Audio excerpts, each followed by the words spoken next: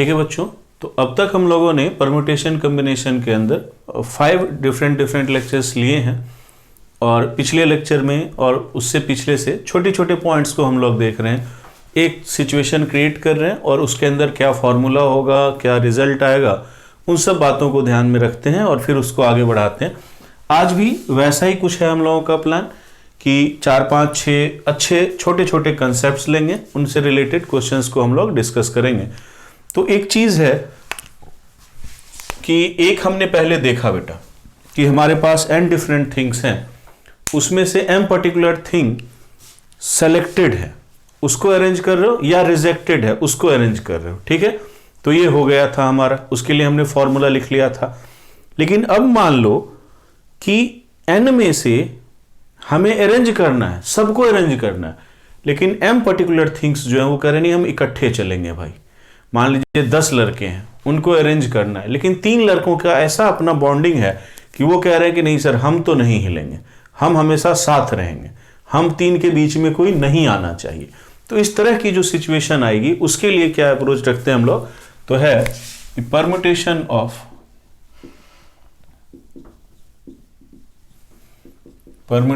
Of n different things taking all at a time when m particular things always comes together। ठीक है बेटा, एक example से मैं समझाता हूं, फिर मैं इसके फॉर्मूले पे आऊंगा। तो मान लीजिए मेरे पास 10 चीज हैं, ठीक है, और उसमें से 3 लोग हैं जो कहते हैं कि हम भैया हमेशा इकट्ठे रहेंगे। तो उन 3 का एक बंडल बना दो। 7 अलग अलग चीजें थी और ये एक बंडल, टोटल कितनी चीजें हो गई? 8। इन 8 चीजों को आप 8 फैक्टोरियल से अरेंज कर सकते हो। और अब जो वो 3 बंडल बनाया है उनको इकट्ठे रहना है ना, लेकिन उनकी आपस की अरेंजमेंट तो हो सकती है बेटा। तो वो 3 चीज आपस में कितने तरीके से अरेंज होंगे? 3 फैक्टोरियल से। तो उसी तरीके से यहां पे अगर देखा जाए कि m चीजें इकट्ठे आएंगी तो बच क्या गई? n minus m। तो डिफरेंट है, एक एक है, और जो m चीजों का बंडल बना रहे हो वो भी तो एक यूनिट है, तो +1 कर दो। ठीक है, जैसे कि मैंने कहा कि 10 बच्चे थे और 3 बच्चे इकट्ठे थे, तो 7 वो बच्चे जिन पे कोई कंडीशन नहीं है और इन 3 बच्चों का एक ग्रुप। तो 10 - 3 + 1, टोटल कितनी आइडेंटिटी हो गई? 8 हो गई। अब तो उसी तरीके से इसको लिख सकते हो n - m + 1 फैक्टोरियल। इतने से ये चीजें आपस में अरेंज होगी जिसमें m लॉग हमेशा m पर्टिकुलर थिंग्स हमेशा इकट्ठे हैं। And now these m particular things can be arranged in m factorial way. ठीक है बच्चे, मैं इस पे क्वेश्चन लूंगा आगे, पहले मैं 1-2 और स्टेटमेंट दे देता हूं। इसी को थोड़ा सा और मॉडिफाई करते हैं। Permutation of n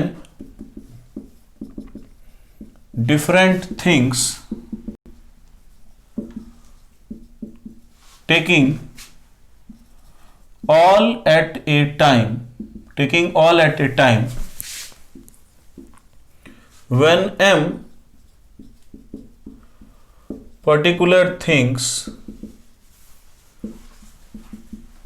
never comes together। ठीक है बेटा, जैसे मान लो कि 10 लोग हैं, मान लीजिए कोई मीटिंग होनी है, 10 अलग अलग देश से लोग आए हैं, ठीक है, और कोई 2 पर्टिकुलर कंट्री में लड़ाई चल रही है। वो इतने जबरदस्त लड़ाई चल रही है कि पता चला कि भैया अगर वो 2 मीटिंग में भी बैठे उनके रिप्रेजेंटेटिव तो आपस में भिड़ जाएंगे, हाथापाई हो जाएगी। तो आप क्या करोगे? तो आप टोटल तरीके देखोगे, भाई 10 लोग हैं तो उनको 10 फैक्टोरियल से बैठा सकते हैं, उसमें से माइनस कर दो कि कितने तरीके से उन दोनों को इकट्ठे बैठा सकते थे। तो total minus the number of ways they will appear together is equal to the number of ways they will never appear together. तो इसके लिए क्या हो जाएगा बेटा? n factorial minus m factorial n minus m plus 1 factorial. तो ये आपका हो गया permutation of n different things taking all at a time when m particular things never comes together। ठीक है बच्चों, तो इसको हम लोगों ने देख लिया है। अब मैंने आपको गैप मेथड से लाइन के बारे में भी बताया था बेटा, और रो के बारे में भी पिछली क्लास में बताया था कि क्या सेटिंग है। उसका भी मैं आपको एक रिजल्ट यहां पे लिख देता हूं अब। ठीक है बच्चों, क्या है रिजल्ट उसका कि permutation of things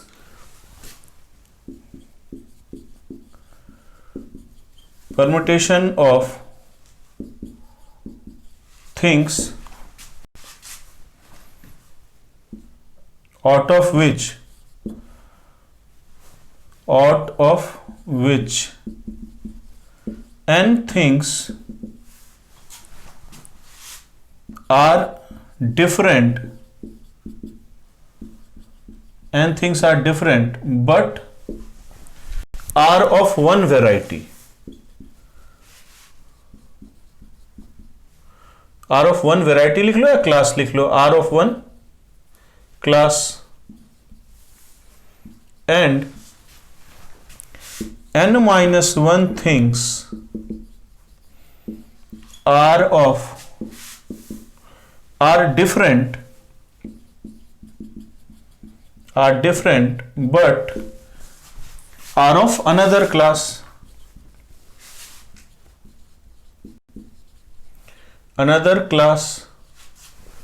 such that no two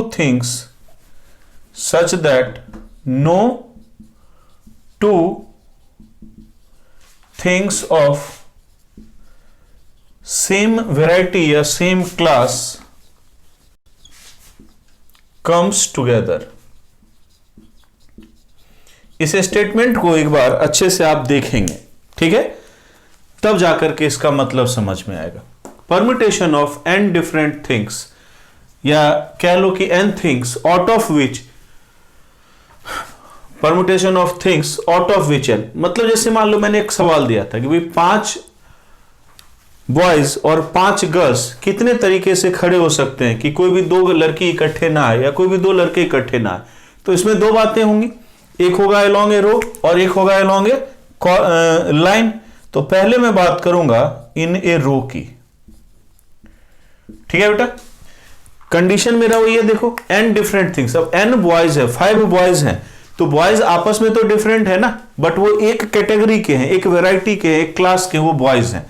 4 girls हैं, मैं n-1 के लिए भी रिजल्ट लिख रहा हूं बेटा, तो मान लो 4 गर्ल्स हैं, तो वो क्या है, डिफरेंट है, सारे गर्ल्स आपस में डिफरेंट है। चाइना से तो आए नहीं है कि सब एक जैसे होंगे, लेकिन उनकी क्लास तो एक है, सारी लड़कियां हैं। तो वो कितने तरीके से हो सकती है, तो क्या है, जो बड़ा है, जैसे मान लो n बड़ा है, तो n तरीके से पहले उनको अरेंज कर दीजिए, तो हो जाएगा n फैक्टोरियल से n बॉयज अरेंज हो गए थे या n डिफरेंट थिंग्स अरेंज हो गया बेटा।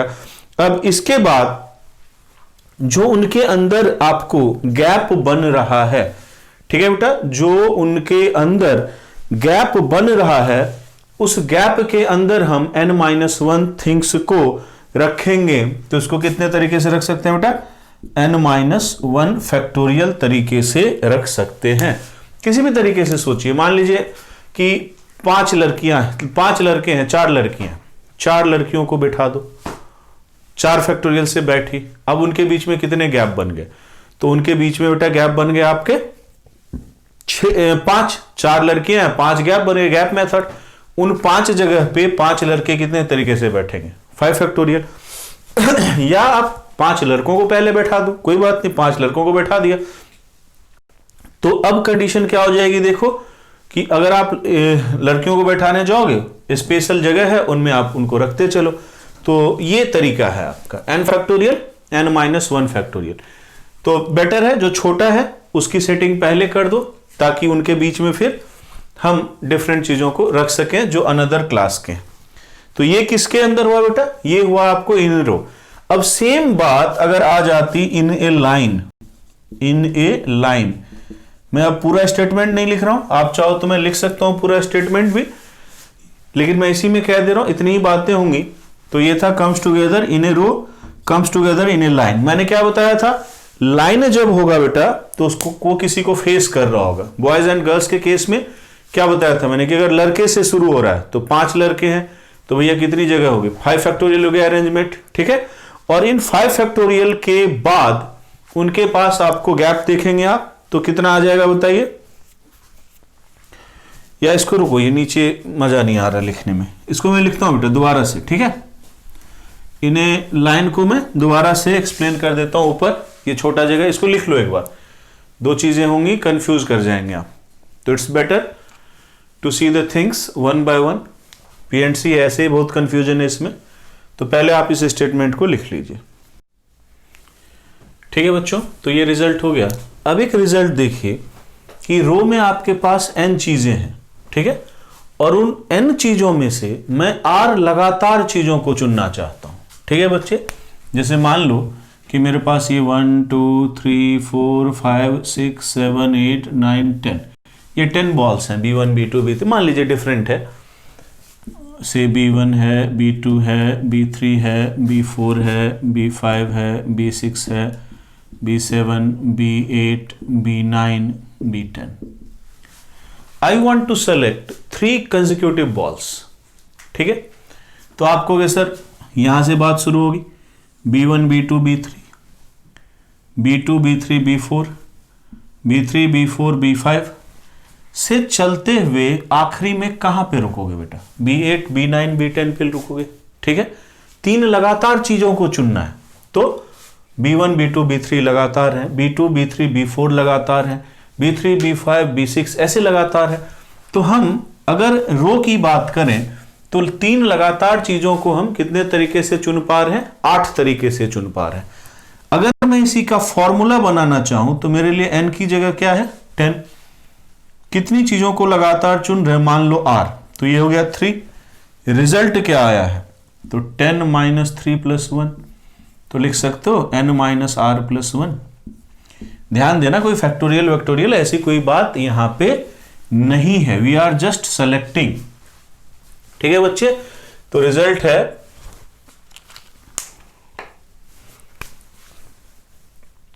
इन how many veg, in how many ways we can, देखना ये सिलेक्शन है बेटा, select are consecutive things in a row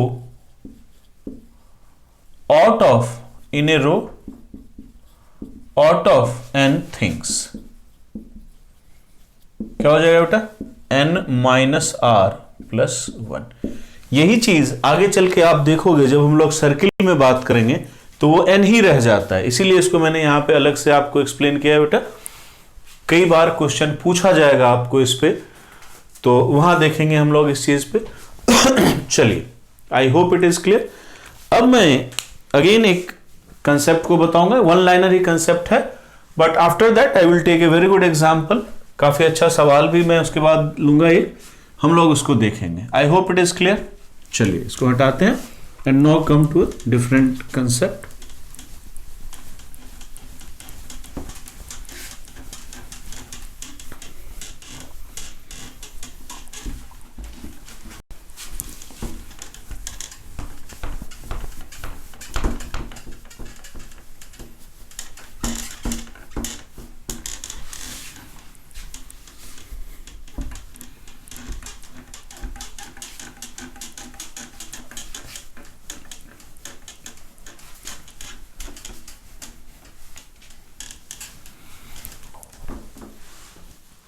ठीक है बच्चों।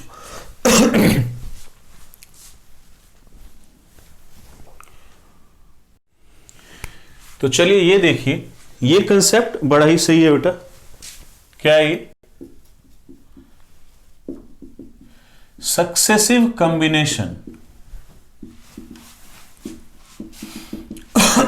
gives us permutation. Successive combination gives us permutation. सोचिए कि मैं क्या कहना चाह रहा हूं। भाई अगर आप लगातार चीजों को चुनिएगा ना तो वो आपस में खुद ही अरेंज हो जाते हैं। जैसे कि चलो देखो,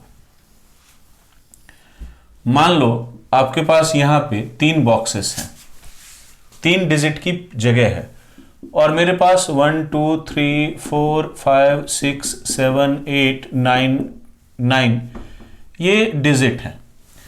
मैं बिना रिपीटेशन के 1 2 3 4 5 6 7 8 9 से एक 3 डिजिट नंबर बनाना चाहता हूं। ठीक है बेटा, मैं एक 3 डिजिट नंबर बनाना चाहता हूं। तो मैं इस प्लेस पे क्या कर रहा हूं? I am just selecting A number out of 9 numbers, out of 9 digits कह लो, बेटर टू से digit. This is a selection, selection is a combination. So basically I am selecting a digit for this place and this can be done in 9C1 way। क्यों? क्योंकि भाई 9 digit है आपके पास।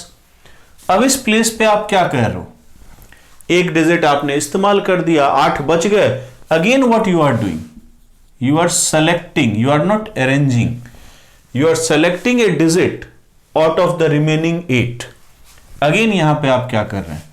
7C1 से you are selecting a digit out of the remaining 7। तो क्या हो रहा है बेटा? सक्सेसिव कॉम्बिनेशन हो रहा है, एक कॉम्बिनेशन के बाद कॉम्बिनेशन के बाद कॉम्बिनेशन। ये रिजल्ट किसका हो जाएगा? 9 into 8 into 7। This is result of permutation. ठीक है, ये बहुत ही इंपॉर्टेंट कंसेप्ट है। कई बार हम लोग गलती कर बैठते हैं कि लगातार कॉम्बिनेशन कर देते हैं और ध्यान नहीं देते हैं, वो चीज जो है वो परम्यूटेशन में कन्वर्ट हो जाती है। ठीक है बेटा, तो ये बड़ा इंपॉर्टेंट कंसेप्ट है और इस पे मैं एक बड़ा यूनिक सा क्वेश्चन भी आपको देने वाला हूं।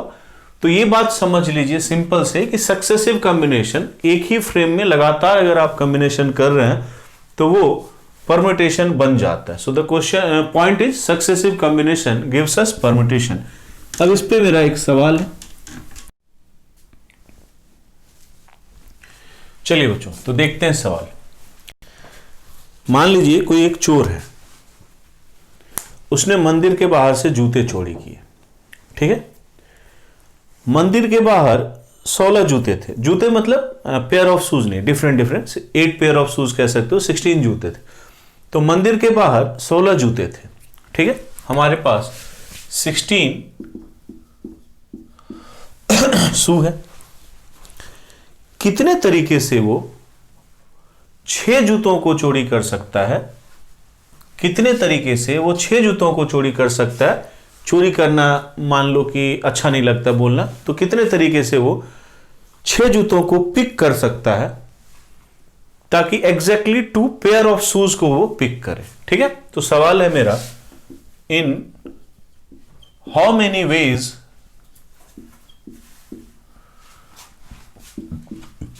one can pick 6 shoes out of 16 shoes such that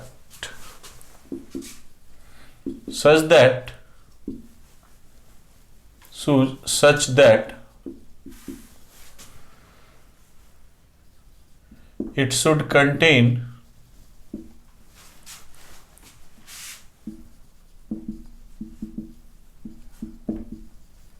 exactly 2 pair of shoe। ठीक है बच्चे, मान लीजिए मंदिर के आगे 16 जूते पड़े थे, चोर ने उसमें से जल्दी जल्दी में 6 जूते उठाए और भाग गया। तो कितने तरीके से 6 जूते उठा सकता था कि उसमें एग्जैक्टली 2 पेयर ऑफ शू हैं। ठीक है, अब आपको सर चोर बेवकूफ था, जाता आराम से मतलब उठा लेता, 3 के 3 पेयर ही उठाता, मार्केट में रेट अच्छे मिलते। तो बेटा मंदिर में आप जाते हो तो क्या जूते अरेंज थोड़ी रखे पड़े होते हैं? एक जूता यहाँ है, एक यहाँ है। कोई शरीफ आदमी ने अगर रख भी दिया जूता तो कोई फुटबॉल खेल लेगा, आपका जूता पता चला वहां कहीं पड़ा हुआ है दूसरे जूते के साथ। तो ये चीजें हैं रैंडम, इसमें ज्यादा नहीं सोचना है। सिंपल ये कि 16 जूते हैं और उसमें से 6 जूतों की चोरी हुई है, हो सकता है रात के अंधेरे में हुई हो। कितने तरीके से एग्जैक्टली 2 पेयर ऑफ शू जो है वो मिले हैं। तो इसको देखो, टोटल पेयर ऑफ शूज कितने हैं? 8। ठीक है बेटा, 8 pair of shoes. 2 pair of shoes आपको चाहिए, आप क्या करोगे बेटा, 8C2 से कोई सा भी 2 पेयर चुन लो, क्योंकि ये थोड़ी बोला गया है कि कौन से पेयर आने हैं। तो 8C2 से मैंने कोई सा भी 2 पेयर ऑफ शूज चुन लिया। मेरे द्वारा चुने गए जूतों की संख्या अब कितनी हो गई, मैंने 2 पेयर चुना है, इसलिए मेरे द्वारा चुने गए जूतों की संख्या अब 4 हो गई। अब मेरे 5वें जूते को चुनने के लिए मेरे पास कितने जूते बचे हुए हैं, 6 पेयर, यानी टोटल 12 जूते। तो उन 12 जूतों में से मुझे कोई एक जूता चुनना है, वो मेरा 5वां जूता हो जाएगा। So this can be done in 12C1 वे। ये कहानी हो गई बेटा, बात यहां पे देखना, this can be done in 12C1 वे। अब 12C1 से आपने एक जूता चुना, उसका जो पार्टनर है, उसका जो पेयर है, उसको फेंक दो, उसको रिजेक्ट कर दो, उसको मत चुनो। तो अब बचा कितना, 10 जूते बचे। उन 10 जूतों में से आप फिर से एक जूते को चुन लो। ये मेरा 5वां जूता है, ये मेरा 6ठा जूता है, ऐसा मत समझ लेना मैं ही चोर हूं, ठीक है। ये चोर का 5वां जूता है, ये चोर का 6ठा जूता है, ठीक है बेटा। बट यहां पे जो आप चुन रहे हैं ना बेटा, एक एक करके चुन रहे हैं। यहां देखो, आपने ग्रुप से ही 8C2 से 2 पेयर निकाल लिए। यहां पे आप 1 बाय 1 चुन रहे हैं, 5वें जूते के लिए, 6ठे जूते के लिए। तो यहां पे क्या हो गया बेटा, सक्सेसिव कॉम्बिनेशन हो गया। और जब सक्सेसिव कॉम्बिनेशन हो गया तो वो क्या हो जाएगा, परम्यूटेशन हो जाएगा। तो उसको नलिफाई करने के लिए क्या करेंगे हम लोग, 2 फैक्टोरियल से डिवाइड कर देंगे। क्लियर है, उसको नलिफाई करने के लिए 2 फैक्टोरियल से डिवाइड कर देंगे, क्योंकि क्या बोला गया है, सेलेक्ट करना है। In how many ways can pick, तो here it is selection, arrangement नहीं है। तो यहां पे 2 फैक्टोरियल से बेसिकली डिवाइड हुआ है। क्यों हुआ है, क्योंकि यहां पे हमने सक्सेसिव कॉम्बिनेशन की है, और सक्सेसिव कॉम्बिनेशन परम्यूटेशन को रिजल्ट दे देता है। ठीक है बच्चों, आई होप इट इज क्लियर। अब 2-3 सवाल डिफरेंट तरीके के मैं करवाऊंगा, और फिर हम लोग कंसेप्ट्स को देखेंगे। ठीक है बच्चों, चलिए।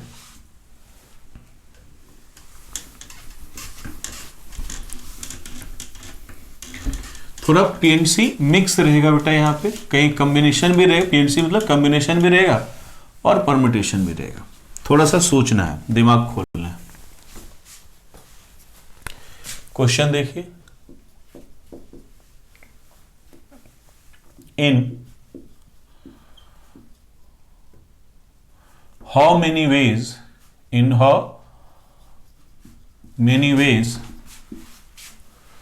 a 3-digit number XYZ digit है बेटा, can be formed such that z is less than y is less than x। Question clear है सबको? देखो, in how many ways a 3-digit number can be formed such that z is less than y is less than x। ठीक है बच्चों, तो digit होते कितने भैया, 0 1 2 3 4 5 6 7 8 9। अब कोई जबरदस्ती मेरे से मत बोल देना कि sir when repetition is allow. भैया XYZ देखो ऑर्डर है छोटे बड़े का, तो अगर इक्वल टू कर दोगे, रिपीटेशन कर दोगे तो बवाल नहीं मच जाएगा, यहां पे ये वाली बात वैलिड नहीं रह पाएगी। तो this statement itself suggest you that there is no repetition. आप रिपीटेशन के बारे में नहीं सोचेंगे। ठीक है, पहली बात। दूसरी बात, नंबर पूछ रहा है बेटा, तो नंबर पूछ रहा है तो उसका तो एक अरेंजमेंट होता है। नंबर में तो नंबर जो बनाते हो आप, मैंने 1 2 3 से 6 नंबर बना के आपको दिखलाया था, तो एक अरेंजमेंट है। लेकिन आपको नहीं करनी इस बार। क्यों नहीं करनी? क्योंकि उन्होंने अपनी अरेंजमेंट खुद ही कर ली है। अगर उन्होंने अपनी अरेंजमेंट नहीं की होती तो हम करते। ठीक है, तो हम क्या करेंगे, टोटल कितने डिजिट है हमारे पास, 10। We will select 3 digit out of this 10 digits. 10C3 से बेटा हम 3 डिजिट को सेलेक्ट करेंगे and now the job is over, काम हो गया। क्योंकि जो 3 डिजिट आप सेलेक्ट कर रहे हो उसमें से जो सबसे छोटा है वो Z वाली जगह पे जाएगा, जो बीच में है वो Y वाली जगह पे जाएगा और जो सबसे बड़ा है वो X वाली जगह पे जाएगा। Now you can not arrange the digits, the arrangement is fix. Clear है बेटा? तो ये देखो यहां पे इस क्वेश्चन को इसीलिए मैंने लिया है कि आप इसको आसानी से समझें बात को। मान लीजिए कि मैंने सेलेक्ट कर लिया 0 1 2, अभी तो मैंने सेलेक्ट किया है बेटा 0 1 2। अब नंबर में कोई चॉइस है? अगर आप इस ऑर्डर को फॉलो करते हो तो एक ही नंबर बनेगा 210। अब ऐसा थोड़ी होगा कि कहोगे अरे सर इससे तो एक 201 भी बन रहा था। भैया बन रहा है, हमें नहीं चाहिए, हमारा अरेंजमेंट पहले से डिसाइडेड है। So when the arrangement is pre decided तो परमुटेशन भी कॉम्बिनेशन की तरह हो जाता है। देखो नॉर्मली हम क्या करते हैं, नंबर को अरेंज करते हैं, यहां पे भी एक अरेंजमेंट है, तो एक पर्टिकुलर स्पेसिफिक अरेंजमेंट है, तो इसको ध्यान देना पड़ेगा आपको, और इसलिए मैंने आपको ये सवाल यहां पे करवाया है बेटा। ठीक है, इसमें अभी अगला चैलेंज और आने वाला है, तो उसके लिए तैयार होइए। लेकिन इस बात को समझ लीजिए सीधी कि भाई 10 डिजिट थे, 3 को चुना, बढ़िया बात है, चुन लिया, और चुन लिया तो हो गया। ऑर्डर तो इन्होंने पहले ही दे रखा है, इसी ऑर्डर को मानेंगे। So the selection itself is answer to the question. कोई सा भी 3 डिजिट चुनोगे, मान लो आपने चुन लिया 5 7 9, only 9 7 5 you can write, this is the single digit. ठीक है बेटा, तो ये हो गया। लेकिन अभी देखो इसमें मैं थोड़ा सा ट्विस्ट लाता हूं। अब सवाल भी मैं नहीं बदलूंगा, सवाल भी मैं यही रखूंगा। इन how many veg A 3 digit number XYZ can be formed?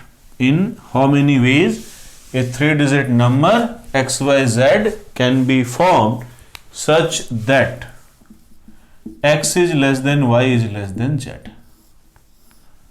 अब आएगा मजा, देखो X is less than Y is less than Z। ठीक है बेटा, अब बताइए क्या कीजिएगा। अब अगर कोई बच्चा बोलेगा कि सर क्या कर रहे हो, फिर चुनो, बढ़िया बात है, चुनो।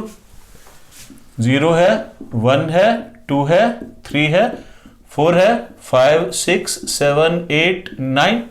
सर 10C3 से चुन लो, बढ़िया बात है बेटा, चुनो।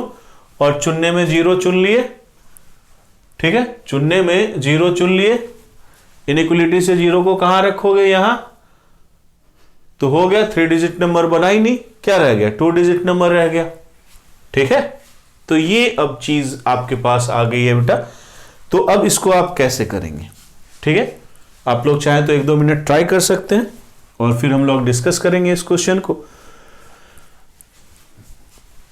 तो इसको आप या तो एक टेबुलर फॉर्म में भी बना सकते हो बेटा, चॉइसेस को काउंट करके। मान लो कि ये जो बात मैंने आपको बताई है आपको नहीं मालूम होती, तो क्या करते, तो हम देखते कि भैया जब हमारा x जो है सबसे छोटा है और वो 1 हो सकता है, तो जब x 1 है y 1 है तो z के पास, मैं एक टेबुलर फॉर्म में पहले इसको बताता हूं, थोड़ा P&C के अंदर प्रैक्टिकल करेंगे तो थोड़ा ज्यादा मजा आएगा कंसेप्ट में भी। x को मैंने फिक्स कर दिया, देखो x तो 0 नहीं हो सकता बेटा, ठीक है, x 0 नहीं हो सकता, करेक्ट है। अच्छा ये बताओ क्या 0 हो सकता है, इसी बात पे आ जाओ। You cannot select 0 because if you will select 0, 0 will come naturally at this place। ठीक है बेटा, if you will select 0, 0 will naturally come at this place and then this will not be a 3 digit number। तो आप 0 को छांट दो, बचे कितने डिजिट, 9, तो आप 9C3 चुन लो। अब 9C3 चुनोगे तो ऑर्डर प्री डिसाइडेड है, कोई दिक्कत की बात नहीं, ये आपका आंसर है।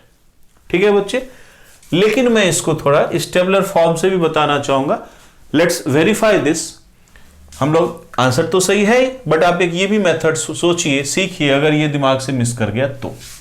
ठीक है बेटा, तो जब x आपका 1 है, y आपका 2 है, तो z के पास कितनी चॉइस है बेटा, ध्यान देना। x आपका 1 है, y आपका 2 है, तो जेड के पास कितनी चॉइस है? 3 भी हो सकता है, 4 भी हो सकता है, 5 भी हो सकता है, 6 भी हो सकता है, 7 भी हो सकता है, 8 भी हो सकता है, 9 भी हो सकता है। 7 चॉइसेस हैं। x1 है, y3 है, तो 6 चॉइस। x1 है, y4 है, 5 चॉइस। ऐसे बढ़ते जाओगे, x8 है, तो y के पास एक ही चॉइस है। तो ये वाली चीज कितनी होगी बेटा? सिग्मा 7, मतलब 1 + 2 से लेकर के 7 तक, दैट इज 28। तो x वाली पोजीशन पे 1 रख करके टोटल 28 नंबर बनेंगे। पैटर्न बस मैं समझाने की कोशिश कर रहा हूं बेटा। x अगर 2 है तो y कहां से स्टार्ट होगा बेटा? 3 से स्टार्ट होगा। y अगर 3 है तो z के पास 6 चॉइस है, और ये बढ़ते बढ़ते 3 से कहां तक जा सकता है? 8 तक जा सकता है। तो यहां पे देखो, फिर ये क्या हो गया? सिग्मा 6, सिग्मा 1 से लेकर के 6 तक 21। अब देखो, यही x अगर आपका 3 हो जाता है, y बेटा 4 होगा। अब ये कहां से स्टार्ट होगा? सिग्मा 5। सिग्मा 5 कितना हो जाता है बेटा? सिग्मा 5 आपका 15 हो जाता है। ठीक है,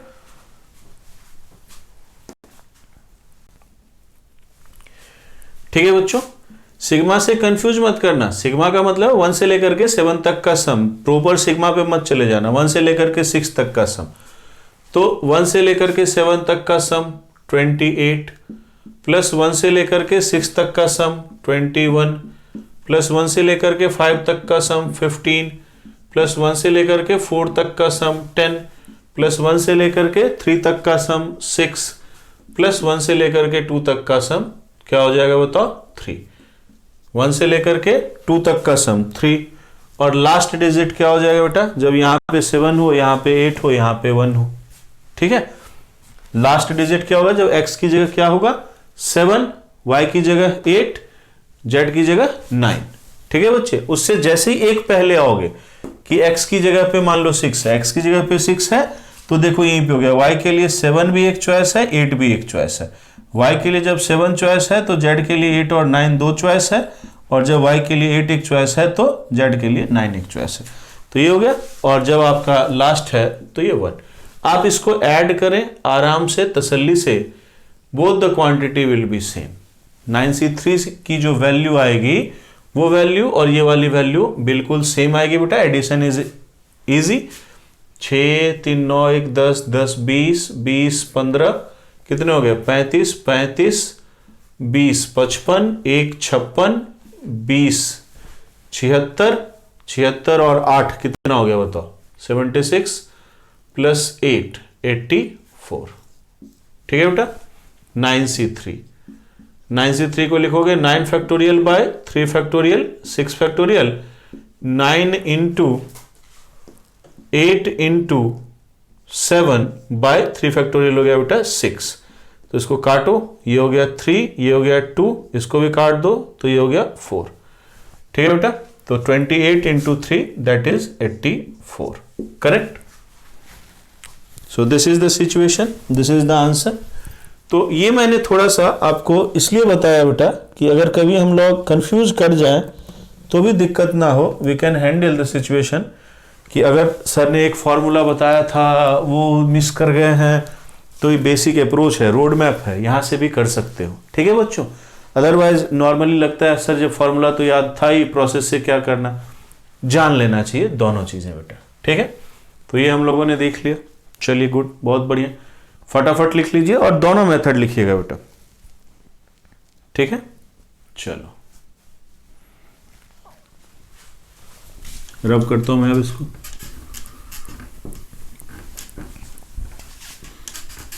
अब एक चीज आती है बेटा कि product of m consecutive natural number is divisible bye m factorial.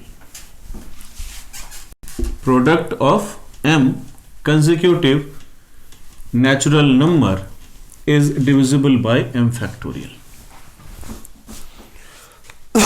कहीं से भी स्टार्ट करें आप, ठीक है, इसको एक इंपॉर्टेंट पॉइंट की तरह देखिए।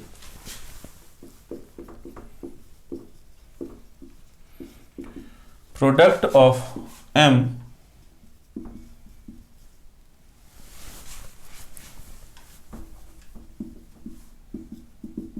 consecutive natural number is divisible by m factorial. अब ये हम लोगों को प्रूफ करना है बेटा, product of m consecutive number is divisible by m factorial.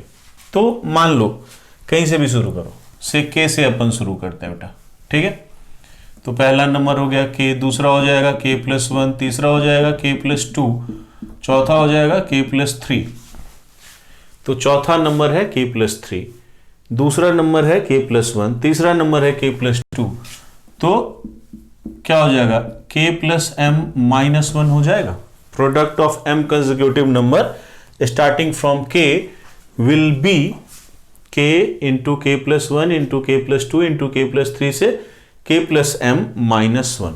अब आपको ये बताना है कि भाई ये जो चीज है ये डिविजिबल है m फैक्टोरियल से। This total quantity is divisible bye m factorial, यानी कि अगर मैं m फैक्टोरियल से इसको डिवाइड करता हूं, ध्यान दो मेरी बात को, अगर मैं m फैक्टोरियल से इसको डिवाइड करता हूं तो मुझे कोई इंटीजर मिलना चाहिए। डिविजिबल का यही है ना बेटे, 10 जो है वो 5 से डिविजिबल है, तो 10/5 आपको एक इंटीजर देता है। If p is divisible by q then p/q will give you a integer, correct. तो ये बातें हैं, तो मुझे ये प्रूफ करना है कि ये एक इंटीजर है। बहुत बढ़िया, मैं क्या करता हूं बेटा, मैं इसको 1 इंटू 2 इंटू 3 से लेकर के k-1 से मल्टीप्लाई भी कर देता हूं और डिवाइड भी कर देता हूं, मल्टीप्लाई भी कर देता हूं और डिवाइड भी कर देता हूं। 1 इंटू 2 इंटू 3 से लेकर के k-1 तक मैं मल्टीप्लाई भी कर देता हूं और डिवाइड भी कर देता हूं। तो मेरा न्यूमरेटर क्या बन गया बेटा, k+m-1 फैक्टोरियल, और मेरा डिनोमिनेटर क्या बन गया बेटा, k-1 factorial into m factorial, ठीक है। अब बताओ कि मैं इसको क्या लिख सकता हूं, मैं इसको k+m-1 c m लिख सकता हूं, correct. Now what is this, combination of k+m-1 things taking m at a time,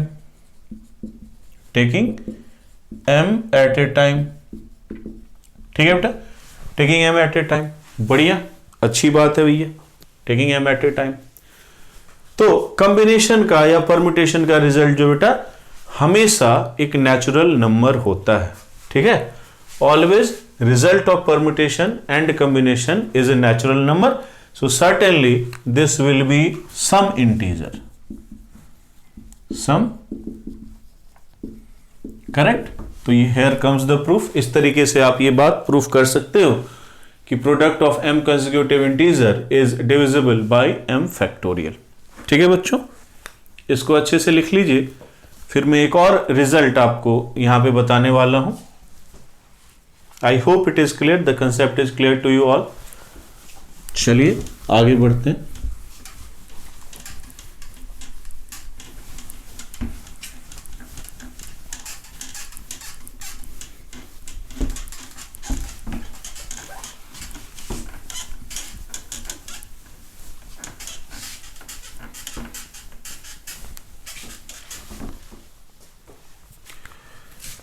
कई बार आपको ये पूछ लेगा बेटा 1 into 1 factorial plus 2 into 2 factorial plus 3 into 3 factorial plus 4 into 4 factorial से लेकर के n इंटू n फैक्टोरियल की वैल्यू, ठीक है।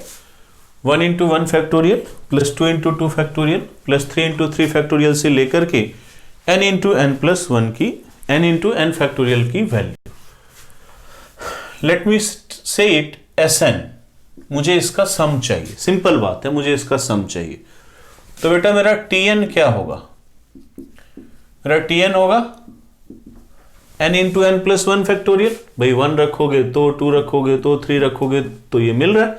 सो Tn is n into n factorial, 3 रखोगे तो ये, 4 रखो ये, 5 रखो ये, चलता रहेगा। तो Tn को आप क्या लिख सकते हो बेटा, n+1 -1 इंटू n फैक्टोरियल लिख सकते हो। You can write this n as n+1 -1 into n factorial. So this Tn is equal to n+1 into n factorial minus n factorial. Bracket मैंने ओपन कर दिया बेटा, और Tn क्या आ गया, तो भैया n+1 into n factorial is n+1 factorial minus n factorial, correct. तो बताइए T1 क्या होगा, T1 हो जाएगा 2 फैक्टोरियल माइनस 1 फैक्टोरियल। T2 क्या हो जाएगा, 3 फैक्टोरियल माइनस 2 फैक्टोरियल। T3 क्या हो जाएगा, 4 फैक्टोरियल माइनस 3 फैक्टोरियल। T4 क्या हो जाएगा, 5 फैक्टोरियल माइनस 4 फैक्टोरियल। Tn क्या हो जाएगा, n+1 factorial minus n factorial. ठीक है बच्चों, इसको ऐड कीजिएगा, Sn क्या हो जाएगा। तो देखो ये डायगोनली कैंसिल आउट हो रहा है, सारी चीजें खत्म हो रही है एक एक करके। तो क्या बच गया बेटा, n+1 फैक्टोरियल माइनस 1 फैक्टोरियल। ठीक है बच्चों, n+1 factorial minus 1 factorial. 1 factorial को 1 लिख सकते हो, ठीक है। So I can write directly that this will be equal to n+1 factorial minus 1, और in some of the books you will obtain this as n+1 p n+1 minus 1। ठीक है बेटा, क्योंकि आप अपनी सीरीज को भी इस तरीके से लिख सकते हैं। मैंने थोड़ा ब्रेक करके लिखा, the same series can be written in this format also, Sn equal to 1 into 1p1 plus 2 into 2p2, ठीक है बेटा, प्लस 3 इंटू 3p3 से लेकर के n इंटू npn। तो ये किसके इक्वल हो जाएगा बेटा, n+1 p n+1 माइनस 1। अब आप इसको जिस तरीके से कंफर्टेबल होकर के समझे, अगर मैं पहले ये लिखता तो भी ये लिखता, 2p2 हो जाता 2 फैक्टोरियल, 3p3 हो जाता 3 factorial, like that. So this is the proof for the result. It is very famous, commonly asked in many competition, तो इसीलिए मैंने इसका भी आपको करवा दिया। कई बार ये आपको एग्जामिनेशंस में मुझे देखने को मिला है, तो इसीलिए इसका प्रूफ हम लोगों ने किया है। ठीक है बच्चों, चलिए अब इसके बाद हम लोग नया टॉपिक स्टार्ट करते हैं।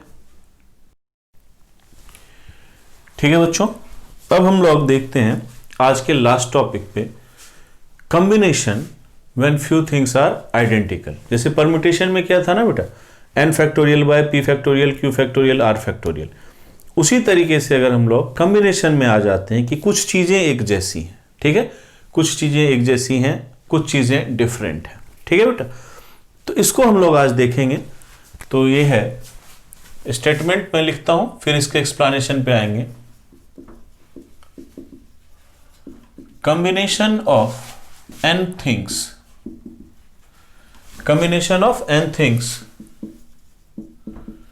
taking 0 or more at a time, combination of n things taking 0 or more at a time when p things are alike, q things are alike, r things are alike, rest are different।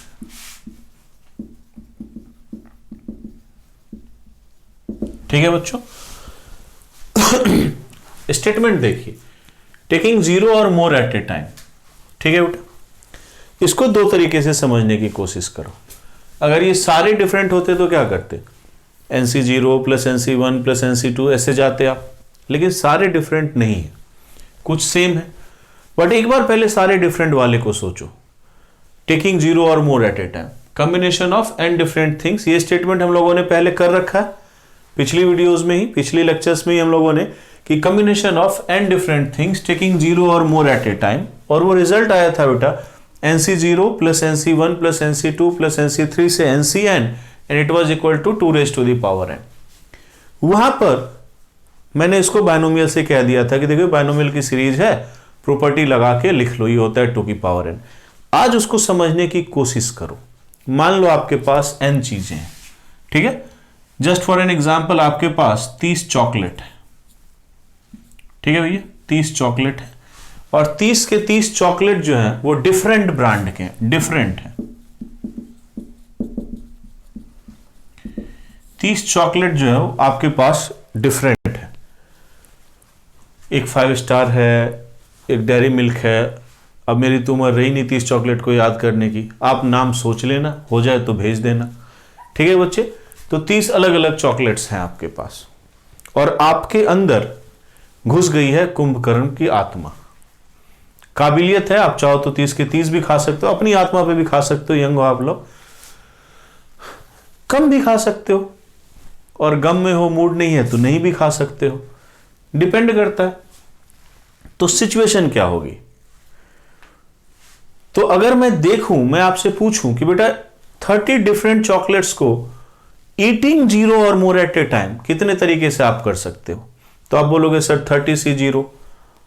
ऐसे तो कभी होगा नहीं कि खाने का mood ना हो बट गिन लो, तो 30 में से एक भी नहीं खाऊंगा, 30C0 ये एक हो गया।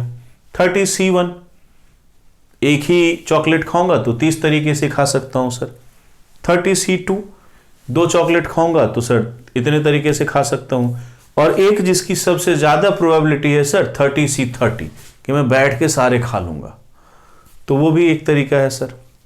सबको ऐड करोगे बाइनोमियल के थ्रू 2 की पावर 30 आ गया, ठीक है बेटा, ये हम जानते हैं। अब इसको दूसरे तरीके से सोचो। पहले वाले चॉकलेट के पास आप गए, दूसरा वाला चॉकलेट, तीसरा वाला चॉकलेट, ऐसे करके 30 चॉकलेट। सो पहले वाले चॉकलेट के corresponding how many choices you have? Either you will eat it or you will not eat it. तो पहले वाले चॉकलेट के corresponding आपके पास सिर्फ 2 ही चॉइस है, या तो आप इसको खाओगे या तो आप इसको नहीं खाओगे, तो 2 चॉइस। दूसरे वाले चॉकलेट के लिए भी 2 चॉइस, तीसरे वाले चॉकलेट के लिए भी 2 choice, and so on 30th chocolate के लिए भी 2 चॉइस। और इसी को आप मल्टीप्लाई कर रहे हो बेटा, 2 into 2 into 2 into 2 into 2, how many times? 30 times, जो कि हो जा रहा है 2 की पावर 30। वहां पे NC0 प्लस NC1 से NCN n चीजें थी और हर चीज के पास 2 चॉइस है, या तो वो सेलेक्ट होगा या तो वो सेलेक्ट नहीं होगा, या तो वो सेलेक्ट होगा या तो वो सेलेक्ट नहीं होगा। और इसलिए आपको मिल गया था सबके पास 2-2 चॉइस, n चीजें सारी डिफरेंट, तो 2 की पावर 30, 2 की पावर n। क्लियर है बेटा? इस चीज से आप लोग समझ गए। अब मैं इसको तो हटा दूंगा, अब मैं आऊंगा इस चीज पे। अब देखो सिचुएशन क्या है कि चॉकलेट तो 30 ही है, लेकिन 5 चॉकलेट एक ही कंपनी के सेम वाले हैं, ठीक है। मान लो 5 चॉकलेट है 5 स्टार, 5 चॉकलेट है डेयरी मिल्क, 5 चॉकलेट है, क्या मानोगे, स्नीकर मान लो। 15 चॉकलेट हो गए, 15 चॉकलेट डिफरेंट है इनसे अलग। तो भैया जो 15 चॉकलेट डिफरेंट है उनके लिए तो वही बात है, या तो खाओगे या तो नहीं खाओगे, तो सबके लिए 2-2 चॉइस, तो 2 की पावर 15, ठीक है बेटा, या तो खाओगे या तो नहीं खाओगे। लेकिन 5 स्टार के लिए क्या होगा, देखो, या तो नहीं खाओगे या तो 1 पीस खाओगे, 1 खा के छोड़ दोगे, या तो 2 पीस खाओगे, या तो 3 पीस खाओगे, या 4 पीस खाओगे, या 5 पीस खाओगे। अगर 5 स्टार के चॉकलेट हैं आपके पास, तो उसके करस्पॉन्डिंग आपके पास कितनी चॉइस हो गई? 5+1। नहीं खाना, खाना तो कितना खाना, 1 खाना, 2 खाना, 3, 4, 5, तो उसके लिए हो गया 5+1।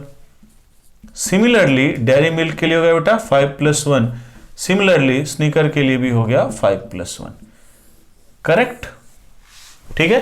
अब आ जाओ इस पे, टेकिंग 0 और more at a time where P things are alike. तो जो P थिंग्स एक जैसी हैं उनके लिए कितनी चॉइसेस बनेगी बेटा? अब मैं इसको रब कर देता हूं और सीधा फॉर्मूले को लिख देता हूं। तो जो P चीजें एक जैसी हैं उनके लिए हमारे पास कितनी चॉइस है? तो P+1 चॉइस है, जो क्यू चीजें एक जैसी हैं उनके लिए हमारे पास कितनी चॉइस है, q+1 चॉइस है। या तो नहीं आएगा, या आएगा तो 1 आएगा, या 2 आएगा, या 3 आएगा, ऐसे करके q तक आएगा। जो r चीजें हैं उनके लिए हमारे पास r+1 चॉइस है। बची हुई हर चीज के लिए 2 चॉइस है, तो 2n - p + q + r। Correct, ठीक है बेटा। तो ये आ गया आपका। इसी में अगर मैं इसको टेकिंग 0 और मोर को हटा के टेकिंग 1 और मोर एट ए टाइम कर दूं, combination of n things taking one or more at a time, taking one or more at a time, बाकी बातें सेम बेटा कि when p things are alike, q things are alike, r things are alike, rest are different,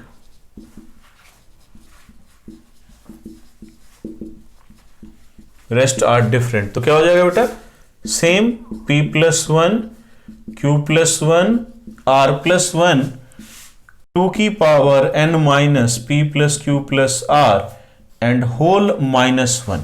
क्यों? क्योंकि एक वो situation हम इसमें से निकाल देंगे जब आप इनमें से किसी को भी नहीं चुन रहे हो। ठीक है, तो किसी को भी नहीं चुनने का एक ही तरीका है, तो उसको हमने निकाल दिया बेटा। तो ये कंसेप्ट है हमारा कॉम्बिनेशन के अंदर जब चीजें रिपीट हो रही होती हैं, तो कॉम्बिनेशन के अंदर जब चीजें रिपीट हो रही होती है तो हम इस कंसेप्ट पे काम करते हैं। ठीक है बेटा।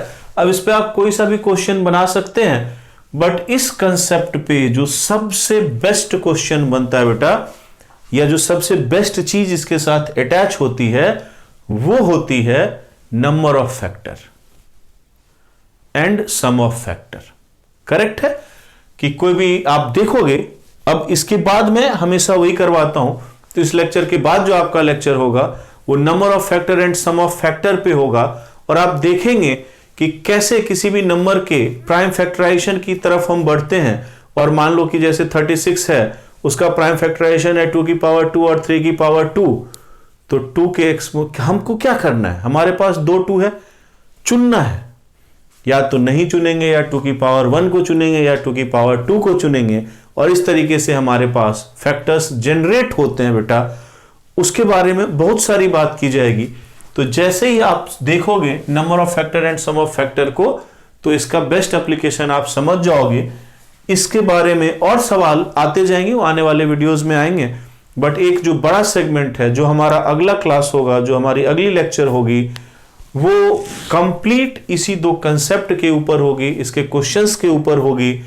उसको अलग से पहले थ्योरेटिकली पढ़ेंगे, number of factor and sum of factor, but उसके पीछे जो की कंसेप्ट है वो यही चीज लगी हुई है। ठीक है बच्चों, तो आज की क्लास के लिए इतना ही। मिलते हैं हम लोग अगले लेक्चर में। Okay, all the best.